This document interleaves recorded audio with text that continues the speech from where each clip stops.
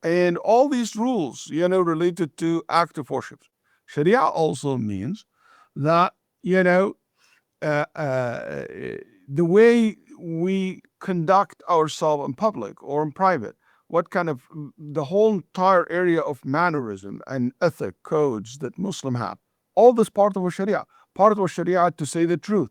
Part of Sharia to be trusted, to be trusted and not to betray. Part of Sharia is to not to cheat and to be honest, and to love one another, to love for your neighbor what you love for yourself. That's our Sharia.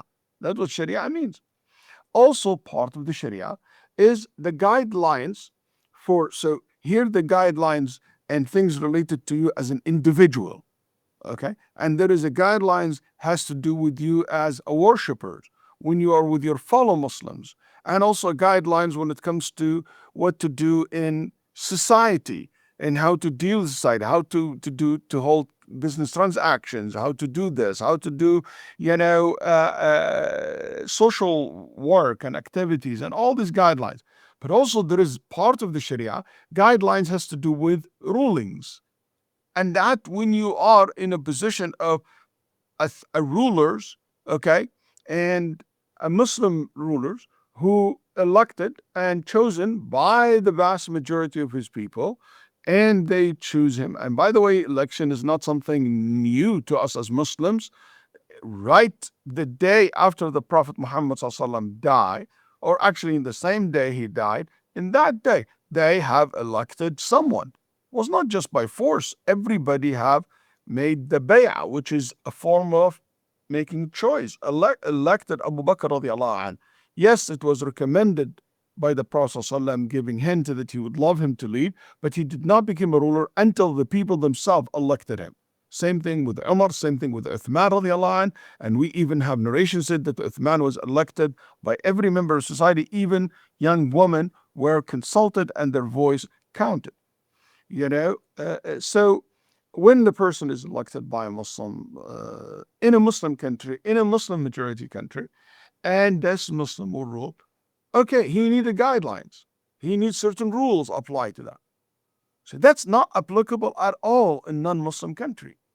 Not at all. If you are the mayor of New York, you don't bring the Islamic ruling that meant and intent for Muslim to apply it to the non-Muslim.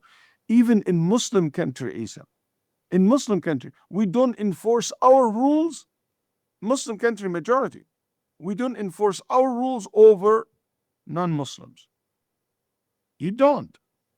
When it comes to especially in personal things, or things that is a personal choice, like you can, if you drink, if you don't wear hijab, all this kind of stuff. That's your choice. You eat pork, that's an area where you don't enforce. But it will enforce in a general sense. Like, for example, in Muslim country, a ruler wants to declare war. What are the guidelines for war? What are the guidelines for peace? What are the guidelines of criminal? And these areas, which is specifically mentioned, are, I'm not exaggerating if I tell you, it's about 5% of the structure of the ruling. And the rest actually go back to, the society, how they will decide to deal with it. Islam does not give us a guidelines of code of conduct in war, for example, in business transactions. Give us very specific ruling and punishments. But the biggest bulk of it was left for people to decide how to punish somebody with a crime. The crimes that are prescribed in Sharia are very limited. But other than the majority of crime, the majority of things are left to the people to decide. So there's no need for that scaremonger. And again, going back to the main point, that doesn't apply to us in the West when we come. And anyone who enter politics thinking, among Muslims, if there is somebody thinking that I'm coming to be a Muslim, to Islamize the country or to make it Muslim country or Muslim rulings over this, that's wrong. But what I want to say, when Muslim runs for office, or Muslims participate, also they come with a very beautiful background of, ideas and guidelines, ethical guidelines, principles that guide them to be truthful, to be nice, to be gentle, to be merciful to people. When we go into politics and civic work, we remember what the Prophet ﷺ said.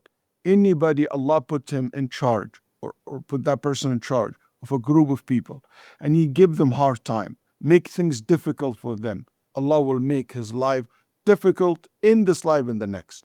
And anyone in a position of power, make things easy, being more merciful with people, Allah will be merciful with that person and make his life easy. That's the kind of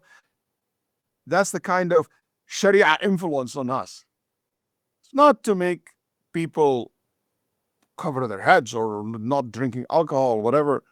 That's not our role in a non-Muslim country. You can't force people to do that. That's my religion. I can't enforce it on you. And even if some Muslims don't want to follow these rules, that's between them and their Lord.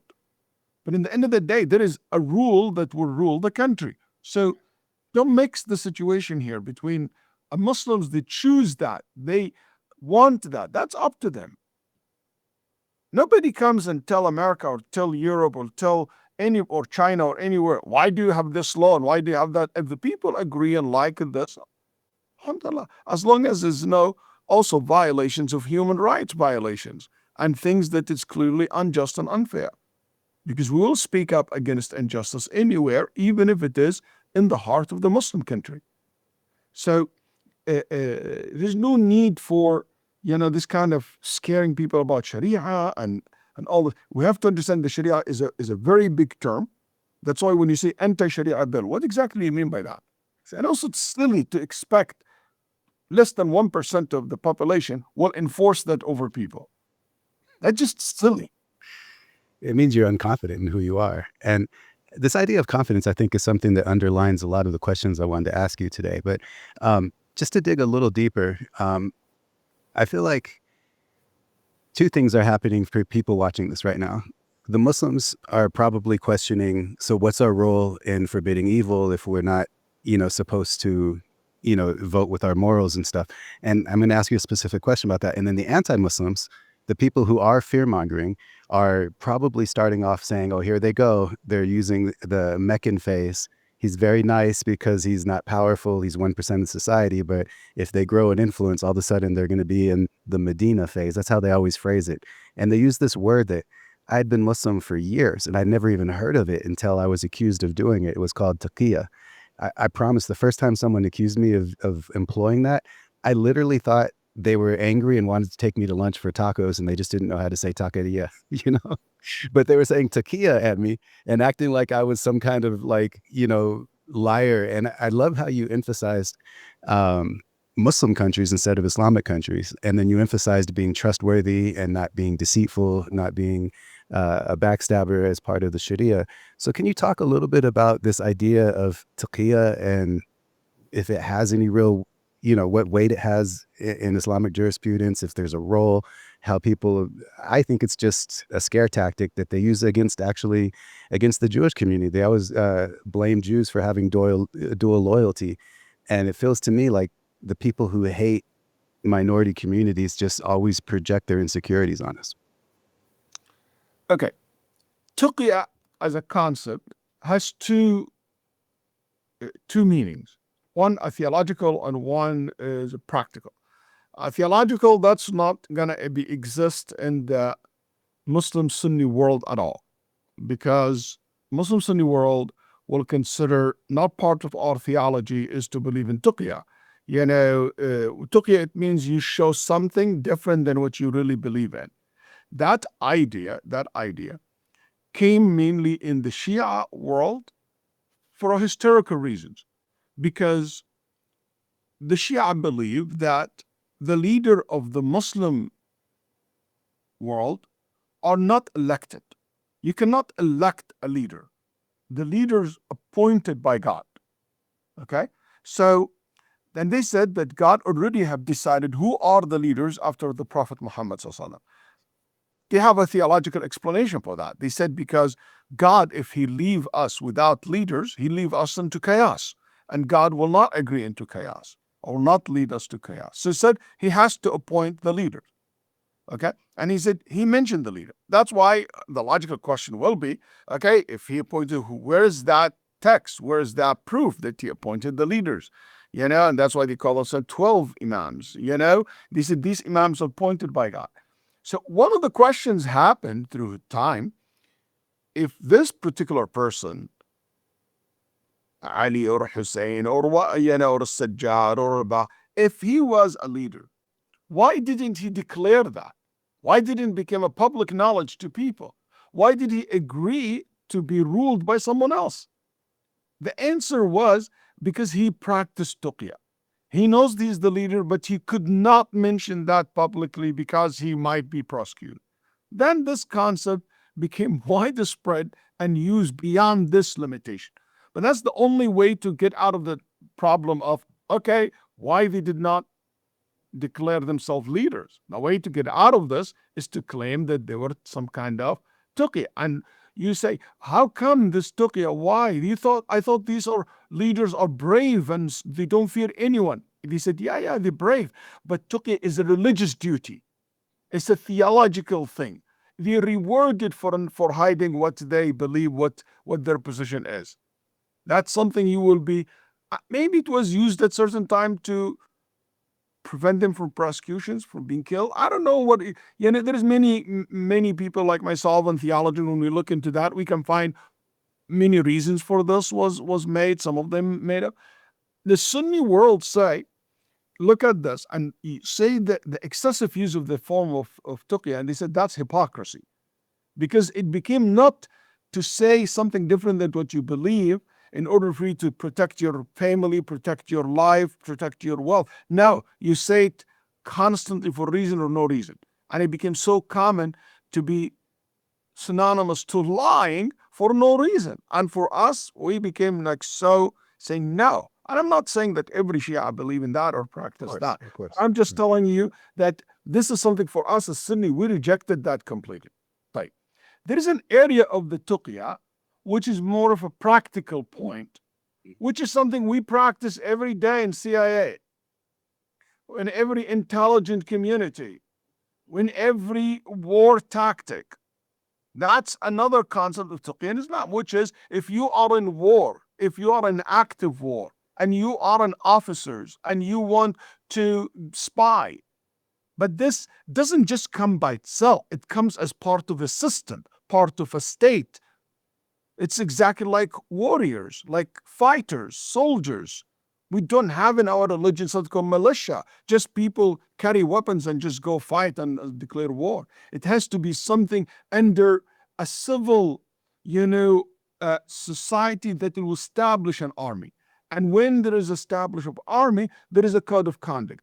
If a Muslim happened to be, if a CIA officer and he was caught in China or caught in Russia, as a Muslim, am I allowed to lie to protect my country, America at that time? Yes. And we call this tuqya. Okay. So that's a ridiculous argument to tell me that tuqya, blah, blah. No, tuqya is something that is so well-known practice, which is basically to protect your country, to protect your maybe your family. But if there is no valid reason like this, that's called lie, hypocrisy, and it's forbidden. And I'm going to tell you, any Muslim who will, come with two faces, that's not going to take them anywhere. Maybe some Muslims lie and deceive. I'm not saying Muslims are perfect. There's a lot of bad Muslims, good Muslims, like we're like any other religion, any other community, any other people. But it's not part of our belief. And anybody will claim that this part of our belief is wrong. And if somebody practices it, that person is wrong. But I can tell you for sure that the Muslims in America, the Muslim in the West, the overwhelming vast majority of Muslims who are on the light spot, they are there because they genuinely believe that they want goodness. We're not in a Mecca, we're not in a Medina state or anything like that. I do believe America will remain a country of pluralism and plural society. And that's the beautiful thing about it. And that's why so many of us live in the United States. Many Muslims choose to live in the West because of that space of freedom that is given to everybody. So on the flip side of that, one thing that I think when people hear that from our community might feel shy to live by our values or vote by our values. So like, for instance, you had mentioned the issue of alcohol, or let's talk about gambling or prostitution, things like this. These are things that are clearly destructive for society, at large. And so how do you advise Muslims who find civic life or political participation to be in conflict with things like this? And maybe a specific example, sometimes there's a lot of states deal with, and it's called sin tax, not the language term, but SIN, and then tax, like taxes you pay. Like in Colorado, they legalized marijuana. Now, personally, I've done a lot of work. I've met a lot of doctors and researchers that talk about how weed usage can really stunt young people's brain development over time. And so I take a very kind of, even just from the medical side, very cautious approach to that. But a lot of our schools are funded by the taxes that get, levied onto legalized weed. So this is a very specific question. I didn't prep you on this at all, but when Muslims are involved in civics and politics, this is kind of the things that often hold them back from, voting or paying attention, because they haven't thought through these issues. I will give first a general guidelines. Number one, there is no perfect law, okay? So you always have to understand that we are trying to promote the best we can get, the best for society. If it's maybe 10% disadvantage, or, a little bit of, harm here and there, but overall it is good for society, that we're going to look for. We're not going to reduce it to 100%. We'll reduce it to 50%. Maybe even if we reduce 10%, that's better than, 20%. So that's the goal. We have that flexibility, and that's a common sense in general. That's number one. Number two, I want to make sure that we understand in things like this, a lot of things also has to do with your intention. So I might be nobody, when he pays taxes, first of all, my intention, and I pay my taxes, so my money will be taken and used to support the genocide, for example. Nobody intended that way. I'm so happy that I'm paying my tax, so some children get killed tomorrow by, if this is your intention, you would be sinful for it. But when I pay my tax, because I want my school to be better, I want my road to be fixed, I want a good health, insurance and health care for society, for poor people to get food. If somebody to use this tax for something else and use it, that's the sin on them, not on me. So it's not connected. Otherwise, you cannot live your life. If everything has to be in chain like this, you know what? I sell you a cup, a paper cup. And you take this paper cup and you pour alcohol in it and you drink. Do I get sin for that? No, that's your action, not mine. Otherwise, we cannot live. I am a mechanic. I'm not responsible what you do with your car if I fix your car for you. Unless I am fixing it with the intention of helping you to do something wrong. But you know what? I vote. Yes, my tax will use sometimes in the wrong way, but I'm clear where I stand. And also, what's the percentage? A lot of people think that the percentage of your taxes goes to support these haram things. It's not true. I remember, Isa, I had once a dialogue with some of the jihadis group, who said all Americans are legitimate target for violence. I said, why? They said, because you guys all pay taxes, and taxes are used to kill Muslims around the world and support people who kill Muslims around the world. So you're all guilty. I said, first of all, Muslim and non-Muslims and every American citizen pay tax because it's a law. It's not like, You can have the option. Yeah. Yeah, that's one. That's number one. So you are making me responsible for something that I'm even for. We say in America, pay your tax with a smile. You know, I tried that last year, but they demand a check. But anyway, uh, so you pay your. What's the percentage of that tax goes to things like this? It's you can research that, but like less 1%. I don't know, 1%. but I know it's not. It is way, way less than 1%. And taking consideration that this foreign aid goes to so many countries and so many causes and stuff like that. Yeah, it sounds millions and millions, but you know what? You really, it's not as it looks like. Oh, the biggest any bulk of our government or our taxes goes to that. That's number one. Number two, I said to them, to these people, in the time of the Abu Bakr radiallahu anh, when Muslims were engaged in war with the Romans and Persia, the Roman Empire and Persian Empire used to collect taxes from farmers and businessmen people. That's right, from the citizen of their country. They said yes. I said to them, yet, in our religion, it's very clear. You cannot kill or target people who did not participate in the war. If they're not in the battlefield fighting you, you're not allowed to target them. Why the Sahaba didn't use that justification of taxes and to target civilians? Because it's haram, is not allowed, because that's not a right way of justifying it. So I'm just got a little bit off track here because, and I bring back after that discussion with this group to explain to them that doesn't make every American legitimate target for your violence and your terrorism, ideology or terrorist attack on us. The same thing outside. You cannot say to Muslim, oh, I'm not going to participate. I'm not going to, because, maybe somebody using this, maybe somebody. No, it doesn't work this way. We look at the big picture again. Another thing when it comes to participating in politics for Muslims, I want to say that we will do our best. We have to be honest and clear with the American society, with the whole world, even in Muslim country. We have to clear what is our agenda, what is our goal. And we should not be vague about that. Our goal is clear, is to make this a better place for all of us to live. It's our goal in the United States to ensure that America will live up to its promise. We're not there yet, but we're making progress through the years. And we dare to make that progress, to make this place safe and prosper and a good, have a good influence inside and outside. Yeah, that's my battle. That's my responsibility. I'm not responsible for the whole world.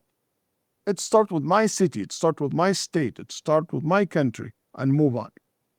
I have to make sure that when we participate, that we know that. Also, it has to be clear that our disagreement on things should not make us not trust one another, not fight one another. I might be Republican and you're a Democrat. Same for me. I might be a Muslim and you might be something else. But in the end of the day, we have to work together. Unfortunately, it's not working this way now, but that's what it should be. We should work together. I might be a Muslim. I might don't believe in gambling. And I can argue and I can debate this issue. But in the end of the law, whatever law is going to pass, whatever the people will make a choice, we will all go by it. But you cannot enforce it in my personal life. You cannot shove it in my throat to accept gambling or to drink alcohol. But you know what?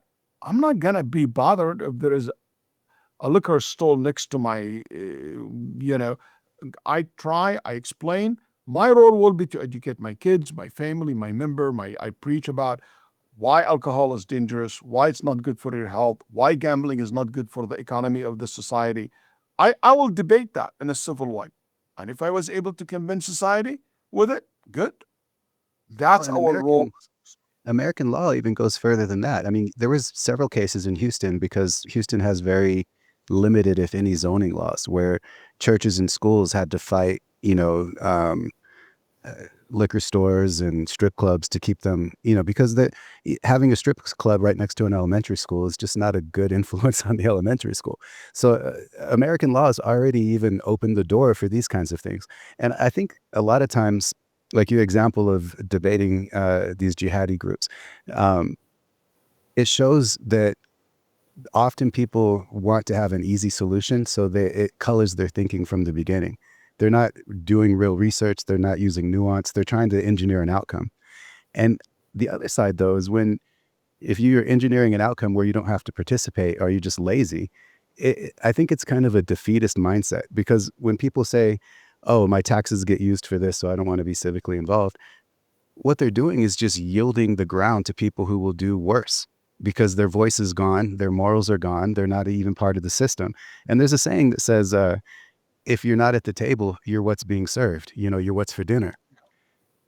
And so, And the voice from within is more powerful than the voice from outside. always, yeah.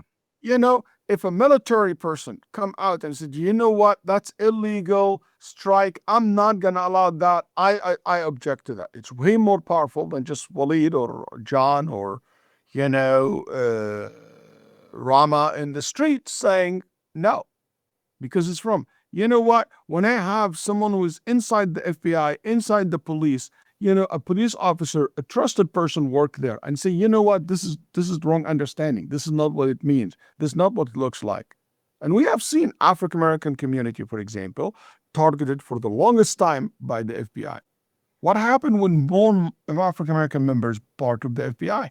The perception changed. It's not perfect, but absolutely big difference between now and, the Jim Crow laws time, and Hoover time. There is a huge difference, a huge progress. Same thing with our community. If we not part, if we not involved, we're not going to be known. We're not going to be heard. We're not going to be. It's unfortunately, our rights in the West is something that we have to fight for it. And I'm saying unfortunately because in our religion there is another constant. Your rights is something that you should not fight for it. It should be granted to you, should be given to you without you fighting for it. But here we have to fight. We have to lose so many lives. We have to go through hell as a society, as a country. Do you know for what, Isa? For allowing non-white to eat in the same dining place. For a woman to be able to cast her vote. That's just, you know what? That's yeah, you can be upset as much as you want, but that's how it works here. We have to fight for that. We have to work for that. As a Muslim community, we have to. We cannot just be on the sideline. And I like something that you said, because this is back to the ILMFest conference when I was with you in Houston just a few days ago. And you had mentioned how we were talking about the role of finances in politics. And you said specifically, money is the mother's milk of politics.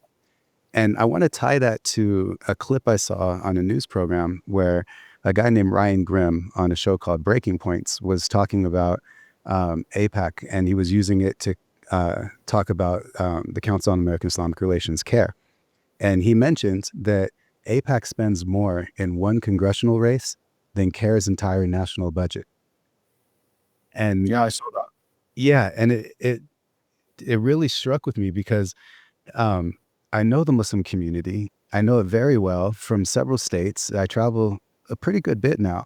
And we have a lot of people who are not political donors and and the thing that I think is really interesting here is that the politicians who tend to really want to serve the people, they're not even asking for big dollar donations. They're asking for consistent small dollar donations, which means more and more people can contribute. So what do you think it is that's keeping Muslims from really getting involved? Do you think it's a mix of, I'll just stop there and I don't want to guide you on that. What do you think is keeping Muslims from really just rolling their sleeves up and I think living up to what Islam calls us to do to make a better world? 80%, the society, let's say, is about 100%. There's 20% lead and 80% follow. And how it works in society.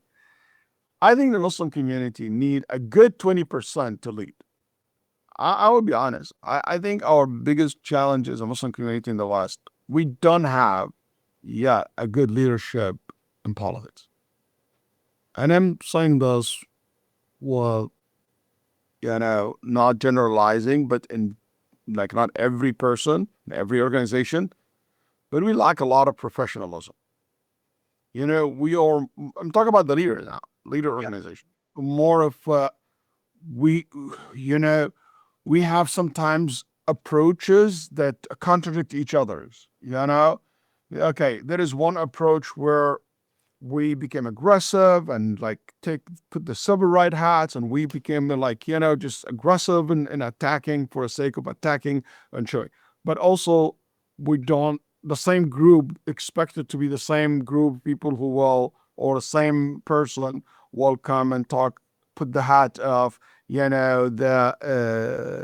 a person who will make a liaison and, participate and become part of the governing body and, not the outside. You can't play these same person, same organization. We need multiple ones. And those who play this role and that role, they're not communicating with each other. They're not organizing with each other. Another problem we have in leadership, experts matters. Not because I'm an activist, it means that I became experts in every area. I've seen some people, I get out and talk about national security issues and foreign policies issues and American history and law and constitutions issues. And, hello, are you really have the knowledge of all this? Do you really use people experts in these areas? Economical issues? That's why you lose respect, because people are not dumb.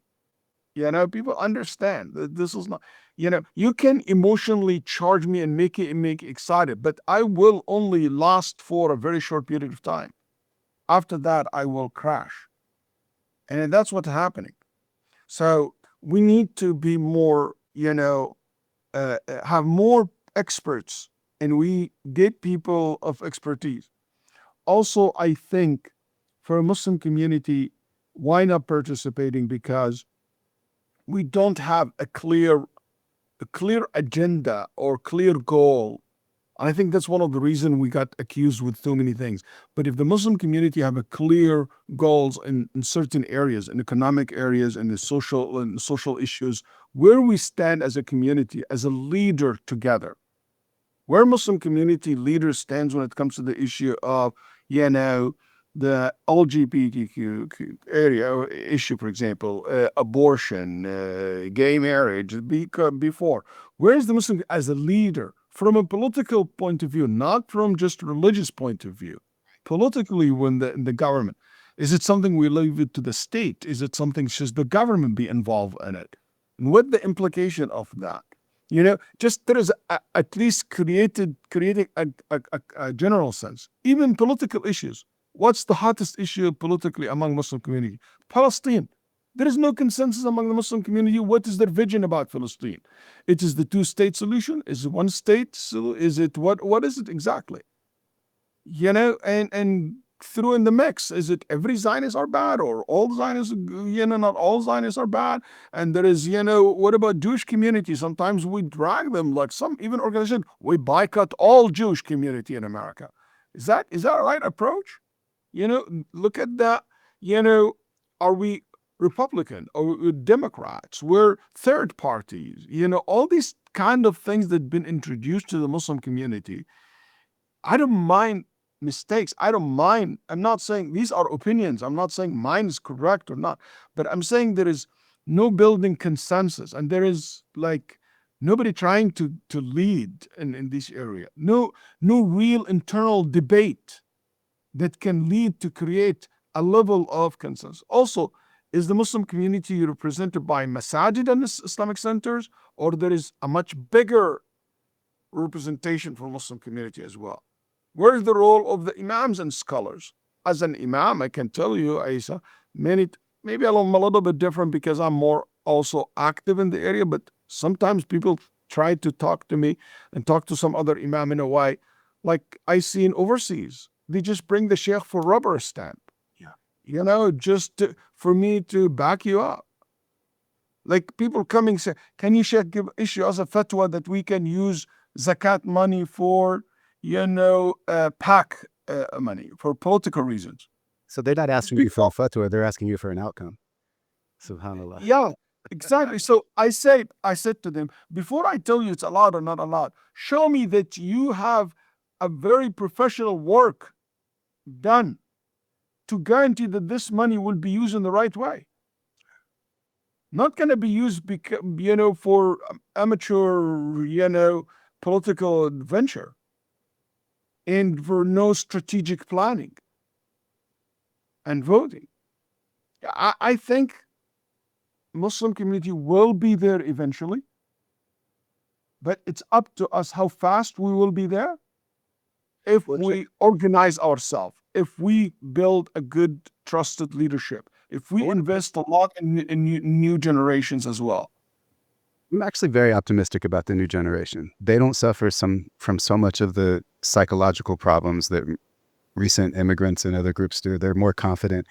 I do get a little afraid that they're a little too easily coached into certain approaches that just feel good at the time. But I want to push back just a little bit, because I feel like, and up until about 5 years ago, I used to make this excuse for the Muslim community that, we're just trying to survive. So for instance, masajid always took place in precedent over, political activism, because that kept the religious identity alive. And then schools were a natural second place because that, protects the kids from losing their faith. But at this point, I feel like the ulama, the scholars in our community, and the imams have to start to build civic engagement or responsibility into how we teach the religion at this point. Because if we're not encouraging people to be people of substance and people of impact, then they're just going to keep with these, they call it the tyranny of the urgent, that you're always going from one fire to the other and you're never able to strategize because you're just in reaction mode all the time. And I feel like it takes the scholars to teach the imams that we have to plant enough seeds to get out of that cycle of just reaction all the time. And where are the plans for that? Or do you disagree with me? I don't disagree with you, but also I wanted you to keep in mind, because if you put yourself in my shoes as an imam and I deal with different areas, sometimes when someone, let's say, so involved in politics, like some people come to the masjid, Sheikh, why don't you talk in khutbah more about politics and stuff like that? Yeah, I talked about politics like 3 months ago. 3 months ago? Yeah, because I have so many other things. I have divorce, I have kids, drugs, I have many things in my community I need to deal with. I have aqidah issues, I have sunnah, bid'ah, I have Ramadan coming, I have rule of salah. What happens, some people sometimes will say, these are not important. No, they are important. Yeah. And that's wrong. Not because there's something that you live in 24 hours, you think it's the only thing the only thing exists there. So many imams also, I have to defend them a little bit, telling our religious leaders, they see all these things around them. They are so occupied with all these. But the solution is, one, to be balanced. So these are other areas that we focus on which are important. Also, the political engagement and the civic image are important. And it's so important. And also, I would say, not every person can be active, because that consumes a lot of time. But what I would like to see, and I agree with you here 100%, I would like to see people like not just talk the talk, but walk the walk. I want to see our imams active. I want our imam backing up, sponsoring, adopting, guiding. And I can share with you, and a personal experience here in Houston, Texas. A young man came to me and he started an organization that focus on building policies that will help Texans, especially in the area of food security, children. What are the things that we see in Texas missing in regard to this? I was so sold into it. I back it up financially through the resources I know. I back it up morally. I supported the person publicly. also, whenever there is a question comes, is this allowed? It's not allowed. Sheikh, we want to distribute toys around the Christmas time. Okay? Kids give them toys in January is not going to be the same as giving them in Christmas or in New Year. Yeah, New Year, let's do it in New Year. So, maybe you do it in Thanksgiving. What are the solutions? They asked real question, and that's beautiful. Instead of him just doing it on his own, just asking it's halal or it's allowed. And my role is not to tell allowed or not allowed only, but also work with the person to find a solution. We pass a bill talking about, no children in handcuffs. Any children less than 10 years cannot be handcuffed. We have over 14,000 kids in handcuffs in 1 year, I believe. In 1 year, more than 14,000 or something like that in handcuffs, less than 10 years old. Actually, they don't handcuff them here. They handcuff from the elbow.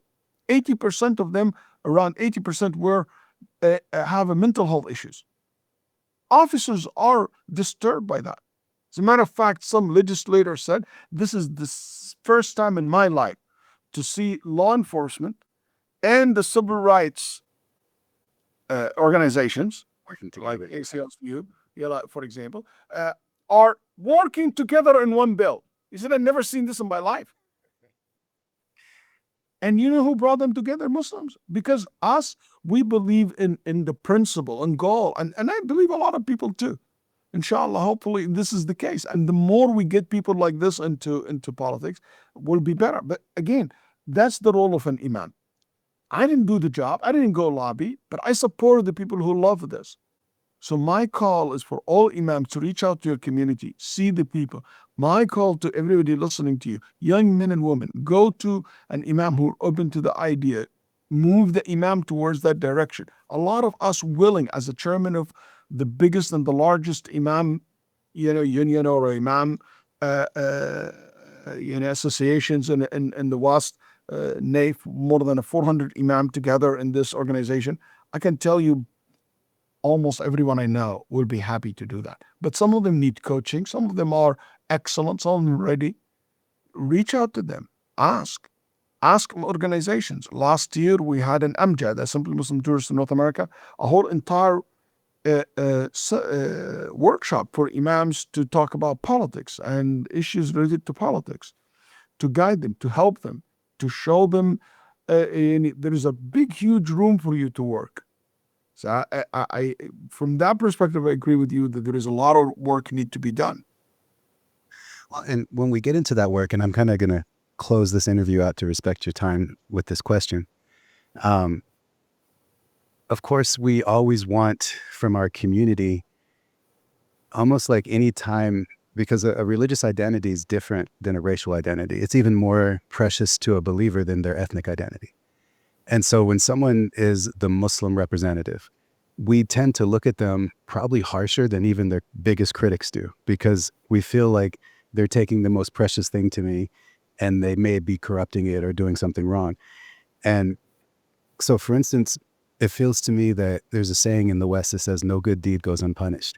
So when a person gets involved in activism and they're Muslim, and then they're being seen as representing the Muslim community often is the harshest on them.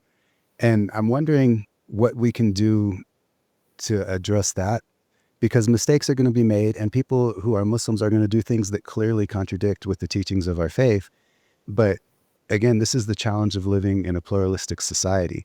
So I want to give you some final thoughts on that, and then we'll close out with where people can find you and where they can learn more. You're absolutely right. I remember one time I had a conference and there is a sister not wearing hijab was helping in the registration. So somebody came to me and said, Shaykh, how can you let someone not wearing hijab in an Islamic conference? I said, first of all, is she a Muslim or not a Muslim, but not by not wearing hijab? And she's not a Muslim because she's not wearing hijab? And you said a Muslim conference. You said, no, I mean a Muslim conference, like follow all the Islamic ruling. I said, do you really follow all the Islamic ruling, all of every one of us? So that means I cannot, like whatever Islamic ruling, we kind of agree or disagree on it. He said, what's the point? I said, would you be more pleased if you see this sister not wearing hijab, for example, going to a club or working and volunteering in a church or volunteering in other religious community or volunteering in, leave our community completely? Or are you happy that she's part of the community, part of the... That mentality exists. I promise you, if Ilhan Omar does not wear hijab, 50% of the attack that she received will not be there. If the Imam Dani said he's not a Muslim, and he said, I'm just an atheist, he will not get some of the attack that we hear from some Muslim brothers and sisters. Is that what we want? And also, that idea of, I used to say a phrase a long time ago, I haven't used it for a while. Some people more religious than the religion itself. I don't know if that makes any sense. But like, like some people said, oh, I'm so protective of the religion, thinking that because a person who come across as Muslim and do things which is not wrong, it's going to send the wrong message. So all the youth will be corrupt and all the youth will start. You know what? That's exactly for me the same argument, the same mindset of those who said 1% of the society will change the society. You're so incompetent. I'm so confident and confident in my religion. There is no one who, no matter how big he is, how famous he is, will change the religion. People will still know what's right and wrong. People are not going to be deceived by just somebody, choose a sexual preference in their life different than what Islamically or Islam says it is correct.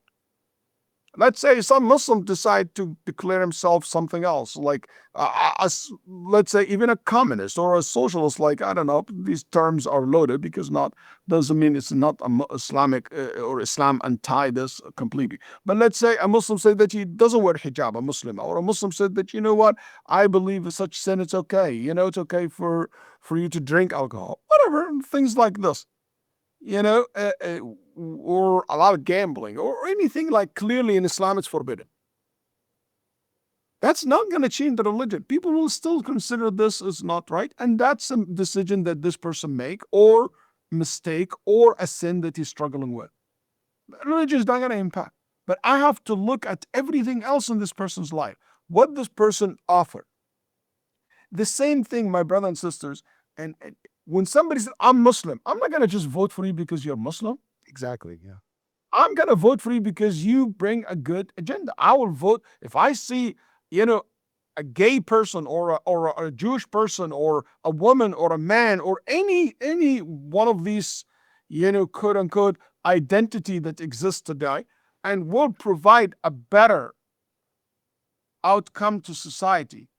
I will vote for that person because I support not his personal life choices. I support their agenda. I support what they bring up.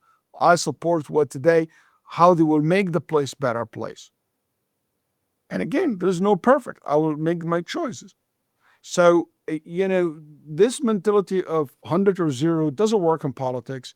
This mentality of putting me in a very narrow, and you tell me either you choose this or that. No, I have multiple choices. Also being,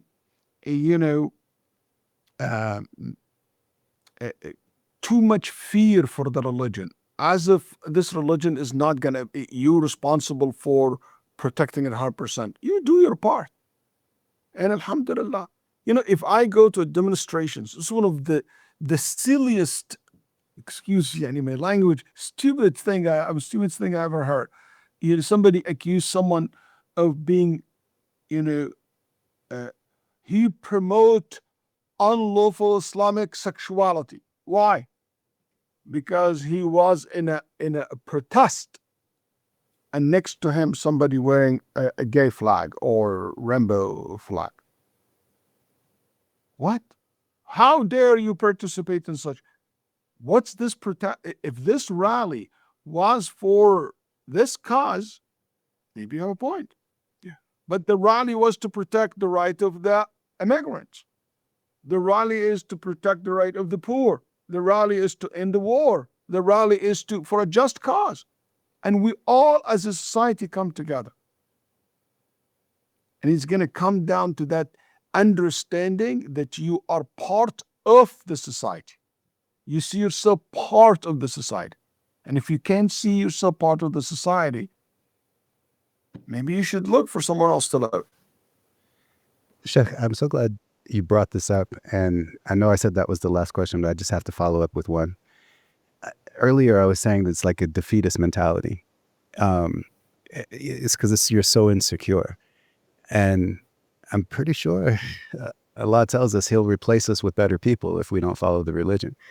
And so that's the conundrum, I think, is the people trying to keep themselves safe.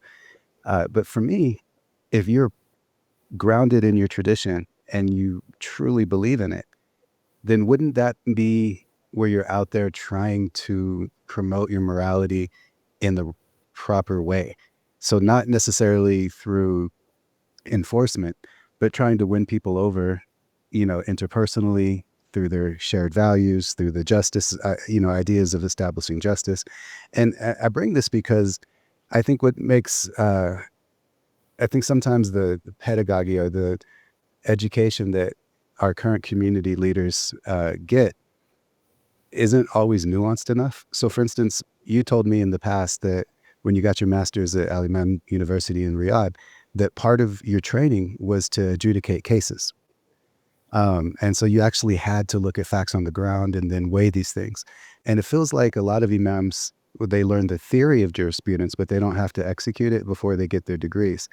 And so where I'm going with all of this is I wanted to reinforce some of the things you said by mentioning your pedigree. I mean, you studied with Shaykh bin Bas, you studied with Shaykh Uthamin, you studied with scholars from all across the world and from different cultures, different countries, different ethnicities. And I wanted you to speak a little bit about that idea of being able to separate things for the greater good, because I can see people right now reacting to what you just said, that you're part of the problem, you're going to normalize immorality. And I want to give you the last word to respond to that and then where people can find you. No, I'm not normalize immorality. Immorality is a normal thing these days. Anyway, Fortunately. Unfortunately, but what I'm trying to say, I'm a realist. I don't live in a bubble. I don't live in La La Land. I don't live in a reality that it is and only exists in my mind. That's not what Sharia, Islam, and our religion teach us to be so real, to deal with reality, to weigh benefits and harms every day in our life and almost every action we do, as the Shatibi rahimahullah said and others, and Ibn Taymiyyah before that. So we deal with this. We have to be real. We have to deal with the reality that we're living in. Okay, and also we know how people are. We deal with them.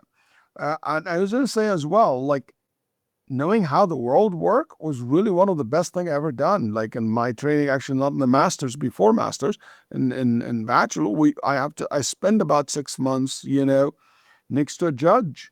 That taught me, I'm telling you, and this was in Saudi Arabia, I saw how bureaucracy work, how allegations work. Unfortunately, wallahi, it is so sad that many people that I know, and even sometimes in leadership, they don't differentiate between facts and opinions. They don't differentiate between, what the reality and what you can prove. There is difference between, what you know and what you can prove to be correct. What's correct and what you can prove to be correct. There's two different things.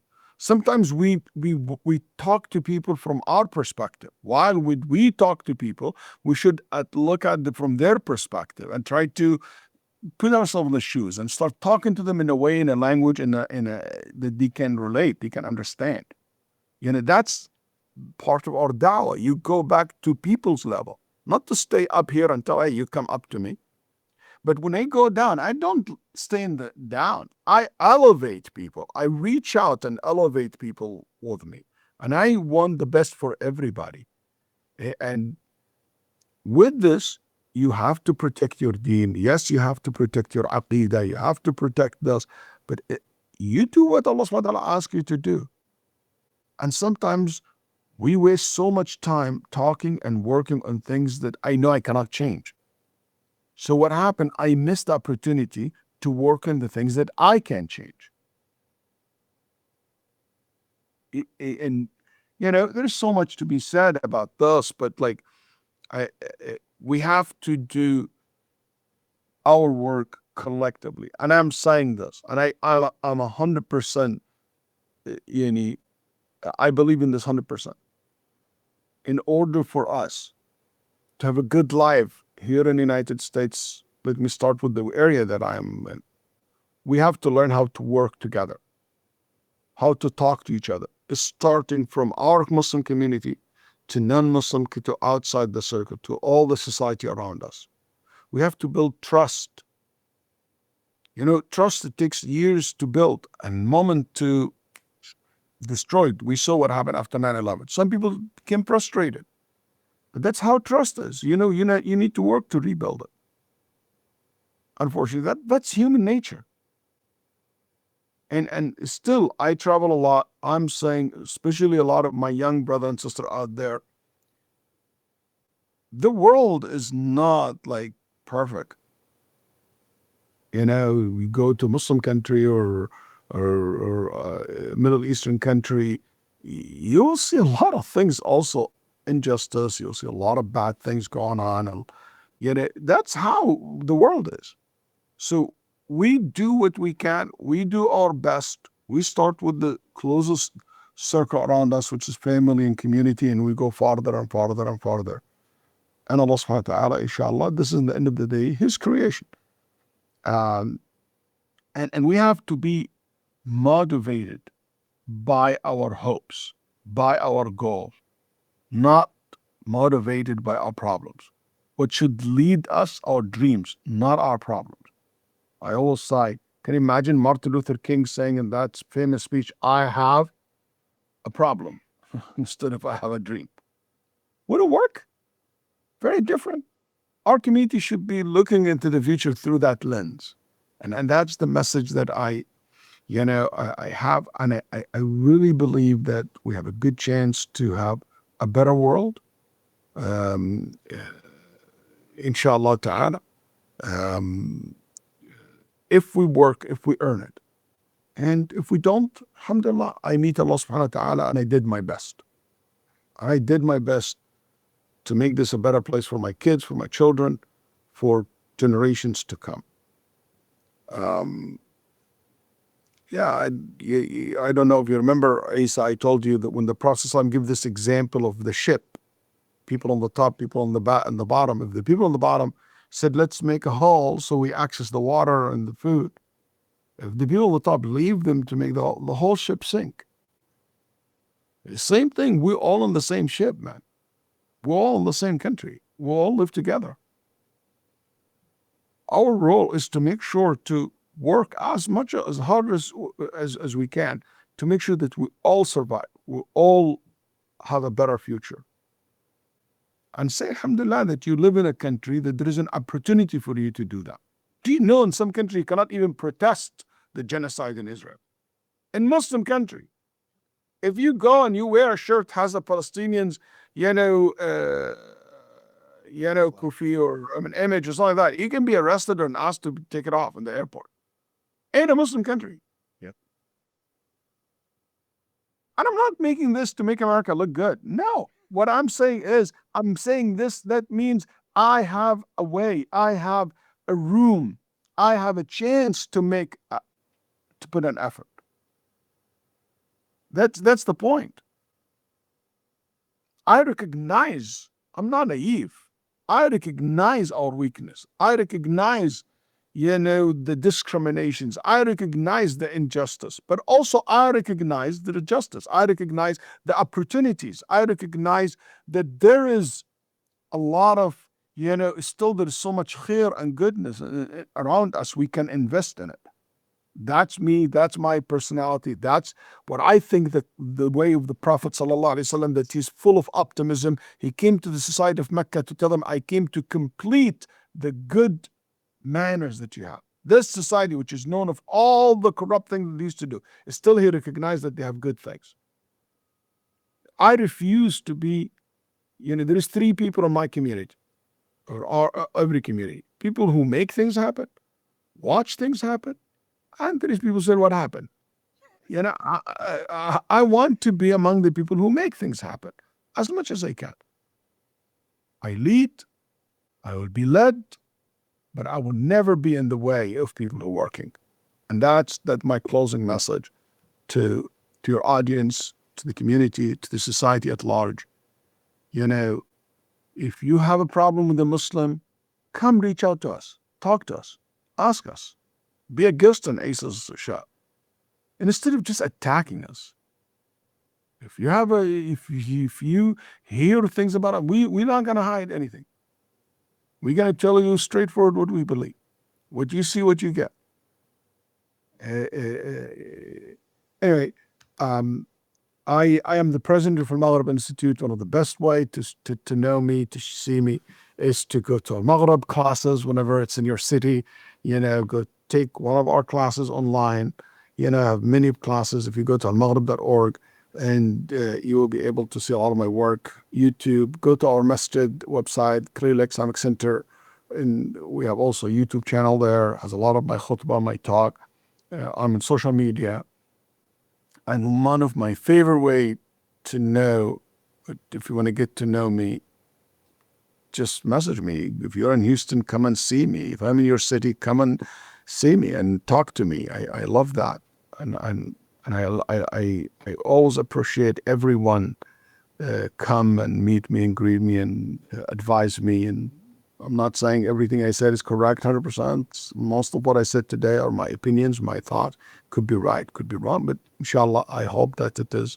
I know that my intention is good. My intention is clear. I do everything according to my best to follow the way of the Prophet ﷺ, guided by the guidelines of our religion. And yeah, I pray for the world. I always do. And I pray for my community, for my country, for my family, for myself, and for all of you. May Allah bless you, Isa, your family, and bless everybody who's listening tonight. I mean, thank you so much for your time today. And thank you for giving us your thoughts, your opinions, and may Allah guide us to what's best in all affairs. And for everybody watching, I hope the rest of your day is fantastic. God bless you all. Isa. Okay. Isa? Yes. Isa Galloway. Isa Galloway.